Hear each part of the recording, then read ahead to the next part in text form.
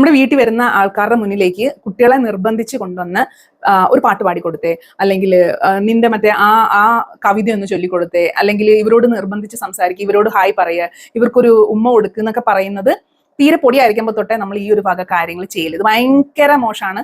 നമ്മൾ അതായത് ഒരു പൊടി കുഞ്ഞ് അല്ല ഒരു വയസ്സ് തൊട്ടുള്ള കൊച്ചുങ്ങളെ ആണെങ്കിൽ പോലും നമ്മൾ അവരെ ഒരു ഇൻഡിവിജ്വൽ ആയിട്ട് കൺസിഡർ ചെയ്യുക. ഇപ്പൊ നമ്മളോട് പറയുകയാണ് നമ്മുടെ ചേച്ചിയോ നമ്മുടെ അമ്മയോ ഇത്രയും വലുതായിട്ട് നമ്മുടെ അടുത്ത് പറയാണ്, ദേ വന്നിരിക്കുന്നവർക്ക് ഒന്ന് ഡാൻസ് കളിച്ചു കൊടുക്കും, അല്ലെങ്കിൽ ഒരു 2 പാട്ട് പാടും എന്ന് പറയുന്നത് എന്തൊരു ഓക്വേർഡാണ്. അതുപോലെ തന്നെയാണ് പിള്ളേരുടെ അടുത്ത്. അപ്പൊ പിള്ളേരെ കൊണ്ട് നിർബന്ധിച്ച് ഈ വക കാര്യങ്ങൾ ചെയ്യില്ല. അവർക്ക് പിന്നെ ഈ പ്രദേശത്തോടെ അവർ വരത്തില്ല. സോ അവരെ ട്രീറ്റ് ആസ് എൻ ഇൻഡിവിജ്വൽ. അവർ വന്നിരിക്കട്ടെ, അവർക്ക് കാര്യങ്ങൾ വലിയ വലിയ കാര്യങ്ങളായിരിക്കും ചോദിക്കട്ടെ.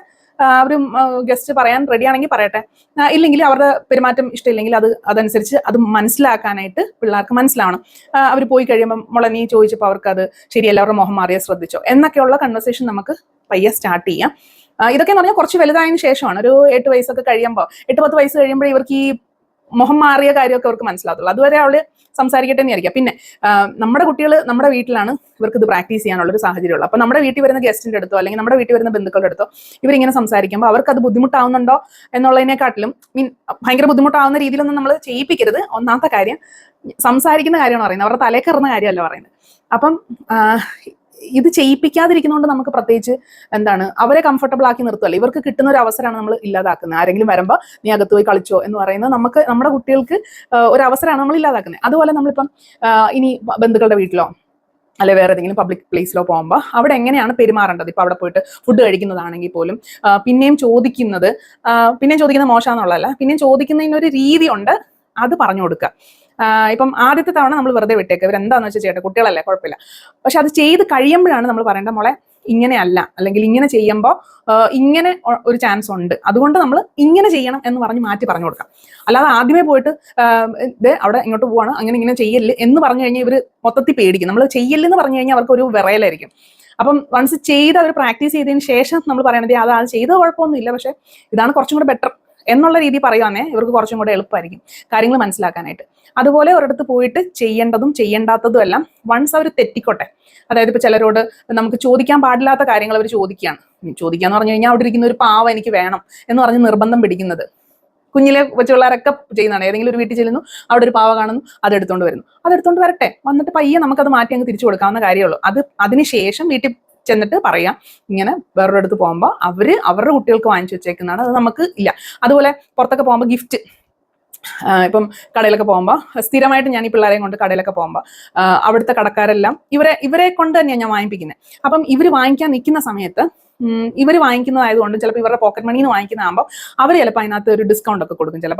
ചിലപ്പോൾ ഒരു മുട്ടായി എക്സ്ട്രാ കൊടുക്കും, അല്ലെങ്കിൽ ഇത് ഗിഫ്റ്റ് എന്ന് പറഞ്ഞു കൊടുക്കും. അപ്പം മൂത്തയാൾ ഓക്കെയാണ്, അവളൊരു 5ാം ക്ലാസ്സിന് ശേഷമൊക്കെയാണ് ഇത് ട്രൈ ചെയ്യാൻ തുടങ്ങിയത്. പക്ഷേ ഇളയാള് ഒരു 2ാം ക്ലാസ് തൊട്ടേ ഇവളും ഇങ്ങനെ പോകുന്നുണ്ട്. അപ്പൊ എന്താന്ന് വെച്ച് കഴിഞ്ഞാൽ അവര് ഒരു ഗിഫ്റ്റ് ആയിട്ട് കൊടുക്കുമ്പോൾ അവള് പറയും ഇത് വേണ്ട, എനിക്ക് അത് മതി എന്ന് പറയും. അപ്പം അവരങ്ങ് വല്ലാണ്ടാവും, ചേടാ പറഞ്ഞു പോയല്ലോ.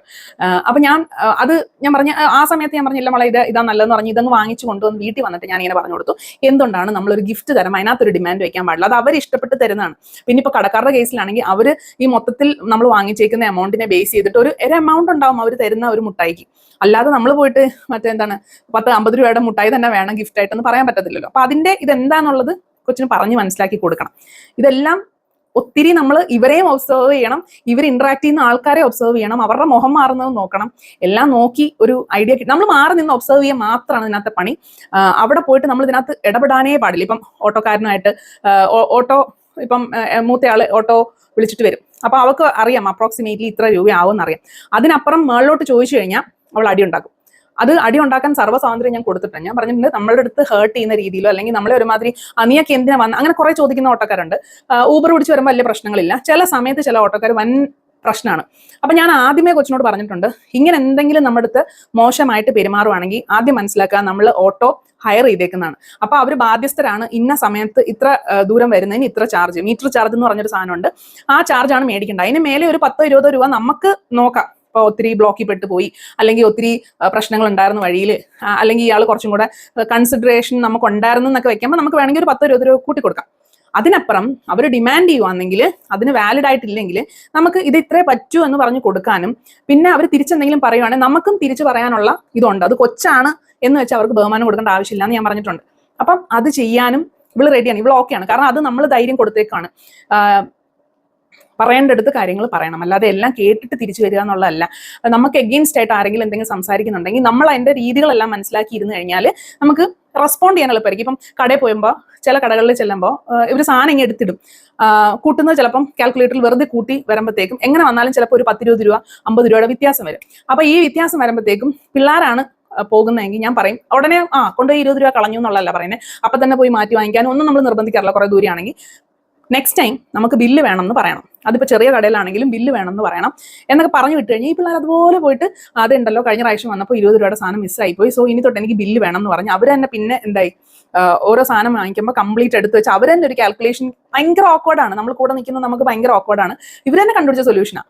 ഇനി വാങ്ങിക്കുമ്പോൾ എല്ലാത്തിൻ്റെയും ബില്ല് നോക്കി അല്ലെങ്കിൽ റേറ്റ് നോക്കി റേറ്റ് ചോദിച്ച് കണക്ക് കൂട്ടിയിട്ട് മാത്രമേ അവർ സാധനം വാങ്ങിക്കത്തുള്ളൂ. അപ്പോൾ അത് കടക്കാരനും ഒരു ഇവർ വരുമ്പോഴേ പുള്ളി ഒരു ചെറിയ നോട്ട്ബുക്ക് എടുത്ത് വെച്ച് നിൽക്കും, അതായത് കണക്കും കൂടെ എഴുതി കൊടുത്തിട്ടേ ഇവരെ വിടാറുള്ളൂ. കാരണം ഇവരൊരു ഭയങ്കര കസ്റ്റമേഴ്സ് ആണ് ഇവർ, ആഴ്ചയിൽ നല്ല എമൗണ്ട് മേടിക്കുന്ന പിള്ളേരാണ്. അപ്പം ഇവരെ കളയാനും പറ്റത്തില്ല. സോ ഇവർ പറയുന്നത് അയാളും ഓക്കെയാണ്, ഇവരും ഓക്കെയാണ്. അപ്പോൾ അത് ഭയങ്കര രസമാണ്. ഞാൻ ഇടയ്ക്ക് വെച്ച് ഇങ്ങനെ മിസ്സാവാൻ തുടങ്ങി. അത് പല ബേക്കറിയിലും അങ്ങനെ സംഭവിച്ചു. ലാസ്റ്റ് നമുക്ക് ഇഷ്ടപ്പെട്ട ഒരു ബേക്കറിയിൽ എത്തിയപ്പോൾ അതിന് അവിടെ പ്രശ്നം ഉണ്ടാവണ്ടെന്ന് കരുതിയിട്ട് ഞാൻ പറഞ്ഞു, മോളെ ഇങ്ങനെ ഒരു പ്രശ്നമുണ്ട്, നിങ്ങൾ ഇനി വാങ്ങിക്കുമ്പോൾ കറക്റ്റ് ആയിട്ട് നോക്കിയിട്ട് വാങ്ങിക്കണം എന്ന് പറഞ്ഞതിന് ശേഷം അവരെന്താ ചെയ്തതെന്ന് വെച്ചാൽ അവർ ആ കടക്കാരനോടും കൂടെ അത് പറഞ്ഞ് കൺവിൻസ് ചെയ്ത് അയാളെയും കൊണ്ടും കറക്റ്റായിട്ട് നോക്കി എടുപ്പിക്കും. എന്നിട്ട് ഇവരൊന്നും കൂടെ ക്രോസ് ചെക്ക് ചെയ്യും. അപ്പൊ അത് നമ്മൾ വിചാരിക്കും എന്തിനാണ് 20 രൂപയ്ക്ക് കണക്ക് പറയുന്നത്. അല്ല, ഇത് ഇപ്പോഴേ പഠിക്കേണ്ട കാര്യമാണ്. ഇപ്പോഴേ പഠിച്ചാലാണ് വലുതായിട്ട് പോകുമ്പോൾ. ഇപ്പോൾ നിങ്ങൾ ശ്രദ്ധിച്ചിട്ടുണ്ടോന്ന് അറിയത്തില്ല, കറക്റ്റായിട്ട് ഫിക്സഡ് ബില്ലടിക്കുന്ന കടകളല്ലാതെ നമ്മൾ ചുമ്മാ എല്ലാം കൂടെ കൂട്ടി വാരിയിട്ട് ബില്ലടിക്കുന്ന സ്ഥലത്ത് മിക്കവർക്കും ഒരു 19 രൂപയുടെ വ്യത്യാസം വരാറുണ്ട്. ഞാൻ ഇപ്പം ഈ പിള്ളേരെ കണ്ടിട്ട് ഞാനിപ്പോൾ പോകുമ്പോൾ അങ്ങനെയുള്ള കടകളിൽ പോകുമ്പോൾ ഞാൻ ചോദിക്കും, ബില്ല് ചോദിക്കും, എനിക്ക് ബില്ല് വേണം എന്ന് പറയും. അപ്പോൾ അവർ എഴുതുമ്പോൾ തന്നെ അതിലൊരു കാൽക്കുലേഷൻ മിസ്റ്റേക്ക് വരാതെ ഇരിക്കും.